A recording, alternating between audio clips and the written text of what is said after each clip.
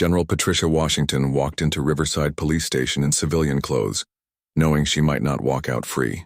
Her hidden recording device captured every word as officers dismissed her complaint about racial profiling, then handcuffed her for talking back. One encrypted call to the Pentagon would end their careers forever. Before watching full story, comment below from where you watching, also like and subscribe for more stories. The police station's bright lights hurt Patricia Washington's eyes as she sat in the small jail cell. Her wrists were red and sore from the tight handcuffs. She sat up straight on the cold metal bench and looked at her watch. 11:47 p.m. In 13 minutes, everything would change. 3 hours before this, she had walked into Riverside Police Department wearing normal clothes, jeans, a sweater, and sneakers. She looked like any regular person. No one could tell she was a 3-star general in the U.S. Army. She carried only her driver's license, a hidden recording device, and years of reports about this police station. "I want to file a complaint," she told Officer Rodriguez at the front desk. He was a big man who looked tired. "What kind of complaint?" he asked without looking up. "Police treat black people unfairly during traffic stops in Riverside Heights." Now Rodriguez looked up. He read her address on her driver's license. Riverside Heights, the mostly black neighborhood where police made 80% of their arrests, even though only 30% of people live there. "You live in the Heights?" Rodriguez asked. His voice changed. "Yes, does that matter?" "Maybe. You got proof of this unfair treatment?" Washington put a folder on the counter. Camera videos, witness statements, arrest numbers by race and neighborhood. "Want to see them?" Rodriguez spoke quietly into his radio, then stood up. "Wait here. Detective Morris will help you." 20 minutes passed. Then Detective Morris came out. A thin white man with a beard and mean eyes. He didn't say his name. "So you're making trouble about unfair treatment," Morris said. He grabbed her folder without asking. He looked through it fast, barely reading. "This could be fake. How do I know it's real?" "The Times match your police reports," Washington said calmly. "Anyone can read those." Morris slammed the folder down. "Listen, lady. You people from the Heights always complain. Maybe if your neighborhood had less crime, we wouldn't patrol it so much." "You people?" Washington raised her eyebrow. "Don't twist my words. I mean people who don't understand police work. I understand the Constitution. These stops were done without good reason." Morris laughed. "Look at this. Another street lawyer. You watch too much TV." Washington stayed calm. "I want to talk to your boss." "I am the boss right now." "Then I want to talk to the watch commander." Morris's face got red. "You know what? I think you're causing trouble. Maybe we should check if you have any warrants." "I'm filing a legal complaint." "That's not causing trouble." "Stand up," Morris ordered. "Excuse me?" "I said stand up." "Turn around and put your hands behind your back." Washington didn't move. "Why? You're blocking justice. Getting in the way of police business." "Filing a complaint is not blocking justice." Morris waved to Rodriguez, who came over with handcuffs. "Ma'am, you need to do what we say." Washington stood up slowly. She spoke clearly for her recording device. "I am not fighting you. I'm doing what you say, but this is wrong. You're punishing me for filing a complaint." The handcuffs clicked shut. They were too tight. Morris pushed her toward the jail area. "Save your speech for your lawyer." As they walked, Washington heard Rodriguez tell another officer, "Another one from the Heights thinks she's special." "They always do," the other officer said. "Think the rules don't apply to them." In the jail cell, Washington sat quietly. She knew her recording device was still working. More important, she knew that in 8 minutes someone would call the Pentagon. The first call came at 11:55 p.m. Rodriguez answered casually. "Riverside Police, Rodriguez here." The voice on the phone was sharp and military. "This is Colonel James Mitchell, Pentagon Emergency Operations. We're tracking General Patricia Washington's GPS signal. Our records show she's at your location." Rodriguez almost dropped the phone. "General?" "What general?" 3-star General Patricia Washington, U.S. Army. She's in your custody." "I need to talk to your boss right now." Hold on." Rodriguez ran to find Detective Morris. Morris was in the break room drinking coffee and joking with 2 other officers about teaching the complainer a lesson. "Morris," Rodriguez sounded scared. "There's a call from the Pentagon. They're asking about someone named General Washington." Morris looked confused. "General? What are you talking about?" "The woman we arrested. They say she's a 3-star general. Morris laughed. That's impossible. She's just some troublemaker from the Heights. The phone kept ringing. Morris finally answered, still not believing it. This is Detective Morris. Detective, this is Colonel Mitchell. I need to know about General Washington right now. Look, Colonel or whoever you are, we arrested a woman for blocking justice. If she says she's military, she's lying. Detective Morris, I'm going to give you a code. Write this down. Alpha 79er Charlie 6. Call the Pentagon and give them this code. They will prove who I am and who General Washington is. Morris wrote down the code but didn't want to believe it. This is crazy. Detective, General Washington was doing an official investigation of civil rights violations at your department. She's under military protection. You have about 10 minutes before a federal team gets to your location. The phone went dead. Morris stared at the phone. Rodriguez looked sick. What do we do? Call the Pentagon. Check this code. The call took 3 minutes. When Morris hung up, his hands were shaking. General Patricia Washington was real. She was a 3-star general, and she was handcuffed in their jail for filing a complaint about unfair treatment. Oh, God, Rodriguez whispered. We arrested a general. Morris ran toward the jail area. Behind him, Rodriguez was on the radio. All units, we have a big problem at the station. Repeat, big problem. In the jail cell, Washington heard fast footsteps coming. She checked her watch, 12:08 a.m., right on time. The cell door burst open. Morris stood there, breathing hard, his face pale. Ma'am, General? There's been a mistake. Washington looked up calmly. Has there? We didn't know you were military. Would it matter? Does being military change whether filing a complaint is legal? Morris fumbled with the handcuff keys. Of course not, but then why are you letting me go now? Silence. I want these handcuffs off properly, Detective Morris, and I want my things back. Morris's hands shook as he unlocked the handcuffs. Yes, ma'am. Right away. Outside, they could hear many vehicles arriving. 20 minutes later, the police station lobby was full of military people and federal agents. Colonel Mitchell stood in the center, a tall black man in full uniform. Next to him were 2 FBI agents and someone from the Department of Justice. Police Chief Robert Caldwell came in wearing wrinkled clothes. He'd been called from home. He looked around with growing fear. Chief Caldwell, Colonel Mitchell said, "We need to talk about arresting General Washington. Colonel, I promise this was a mistake. My officers didn't know that filing a complaint was legal." General Washington interrupted. She now stood in the lobby with her recording device in her hand. Or didn't know that handcuffing someone for filing a complaint violates their rights. An FBI agent stepped forward. General Washington, we understand you were investigating this department.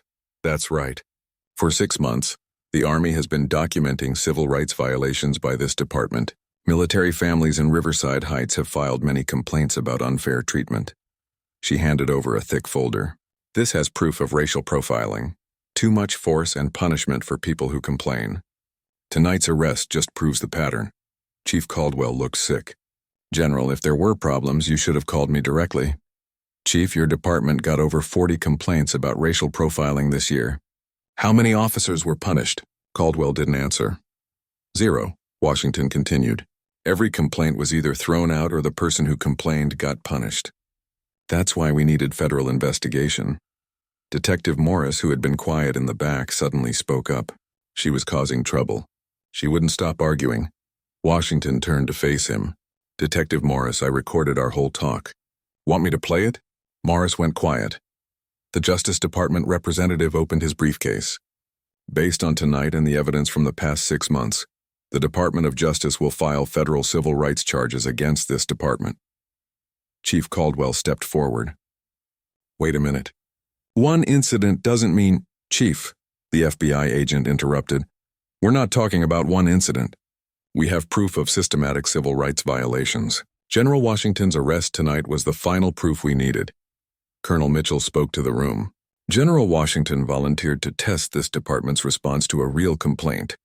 She thought a black woman filing a complaint about racial profiling would face punishment. Tonight proved she was right. This was a trap, Morris protested. Detective Morris, Washington said calmly. Filing a complaint is not a trap. It's a constitutional right. Your choice to arrest me for using that right is the crime here. Over the next hour, more details came out. The recording device had caught everything.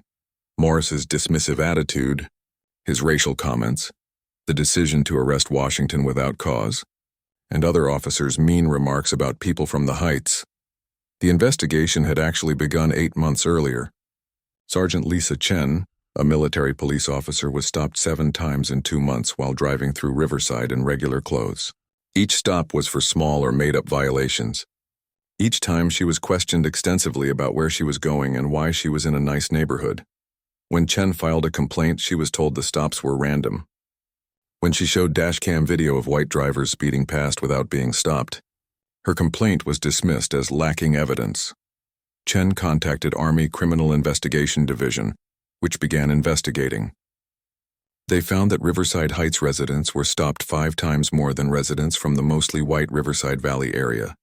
Despite driving the same way, Washington volunteered to go undercover after the Army learned that people who filed complaints faced more harassment. She wanted to test the department's response and gather evidence of punishment. The plan was simple, Washington explained to federal investigators. File a real complaint with clear evidence, record the response, and see if they would violate my civil rights. Unfortunately, they did worse than we expected. Chief Caldwell tried one last time to make it seem small. Look, this was just a few bad officers. Detective Morris acted wrong, but that doesn't mean the whole department. Chief, the FBI agent interrupted. We have evidence of systematic discrimination. This isn't about individual officers. This is about department policy. He pulled out another folder. We've studied your arrest data. Officers get bonuses for arrests in Riverside Heights, but not in other neighborhoods. Traffic stops in the Heights average 23 minutes, while stops in the Valley average 6 minutes. Use of force incidents happen 7 times more in the Heights. Washington added, your training materials tell officers to be extra careful in the Heights because of cultural differences. That's code for racial profiling. The Justice Department representative explained what would happen next. Every arrest by this department in the past 2 years will be reviewed. Citizens who are victims of unfair policing will be contacted about compensation. New training will be implemented, and all officers will be recertified. By 3 a.m., Detective Morris and 2 other officers were arrested for civil rights violations. Chief Caldwell was suspended pending investigation. The entire department was placed under federal oversight. Washington stood to leave. Detective Morris asked me earlier if I understood police work. Let me be clear. I understand that police work should protect all citizens equally. When it doesn't, that's not police work, that's oppression. Morris, now in handcuffs himself, glared at her. You set us up. Detective, I filed a legal complaint about civil rights violations. You chose to arrest me for it. No one set you up. You did this to yourself. As the military and federal people prepared to leave, Colonel Mitchell approached Washington. General, the investigation you started tonight will likely affect police departments nationwide. Are you ready for the attention? Washington straightened her shoulders. Colonel, if doing my job brings attention to civil rights violations, then that attention is necessary. Every citizen should be able to file a complaint without fear of punishment. 6 months later, the Riverside Police Department had been completely changed. New leadership, new policies, and new training were in place. Detective Morris was serving 18 months in federal prison for civil rights violations. Chief Caldwell had quit and faced ongoing lawsuits. General Washington got a medal for her work but declined interviews. In her official statement, she wrote, "The real heroes are the citizens who continue to file complaints despite facing punishment. They keep our democracy honest." The recording from that night became training material for police departments across the country. It showed clearly how quickly a simple complaint could become a civil rights violation when officers put their authority above citizens' rights. Sergeant Chen, whose first complaint had started the investigation, was promoted and assigned to the Army's Civil Rights Division. She often spoke at police academies about treating all citizens with respect, regardless of race or neighborhood. The Riverside Heights community, which had suffered years of unfair policing, began to heal. Trust between citizens and police started to rebuild under new leadership that understood constitutional rights applied to everyone. Washington's approach became known as constitutional testing, having qualified people exercise their rights to expose systematic violations. It was controversial but effective, leading to federal investigations in dozens of departments nationwide. In her final report, Washington wrote, Civil rights are not negotiable. They don't depend on who you are, where you live, or how politely you ask for them. When institutions fail to protect these rights, federal intervention becomes necessary. That's not federal overreach. That's constitutional duty. The case set important precedent. Punishing people for complaints was itself evidence of systematic civil rights violations. Police departments could no longer dismiss complaints and then arrest the complainants without facing federal scrutiny. Years later, Detective Morris would claim in interviews that he had been unfairly targeted. But the recording spoke for itself. His own words, his own actions, his own choices had created the crisis. General Washington had simply provided the opportunity for him to show his true character. The lesson was clear. Constitutional rights exist to protect citizens from government abuse. When government employees violate those rights, they face consequences. That's not entrapment or a setup, that's accountability. The recording became famous in civil rights training. It showed how quickly respect for rights could disappear when people in power felt challenged. Morris's dismissive tone, his racial language, his immediate resort to arrest, all captured the mindset that federal investigators were trying to change. Police departments across the country began implementing new policies. Complaint procedures were strengthened. Recording devices became mandatory. Independent oversight boards were established.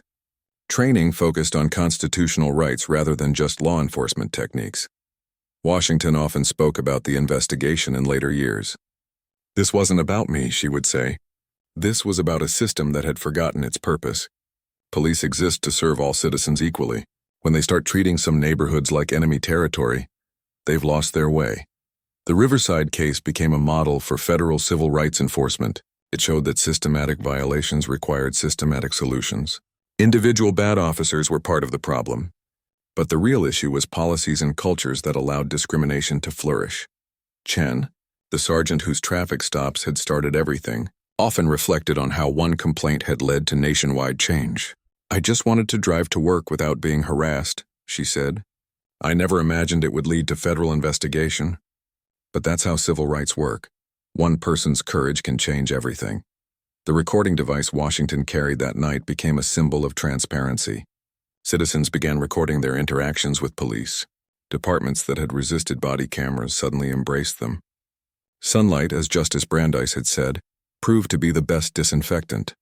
Morris served his time and was released, but his career in law enforcement was over. He struggled to find work and eventually moved to another state. In interviews, he maintained that he had been following standard procedures. But the recording showed otherwise. His own words had convicted him. Rodriguez, the desk sergeant, received a reprimand but kept his job after cooperating fully with investigators. He testified that the department culture had encouraged dismissive treatment of complaints from Riverside Heights. Under new leadership, that culture changed.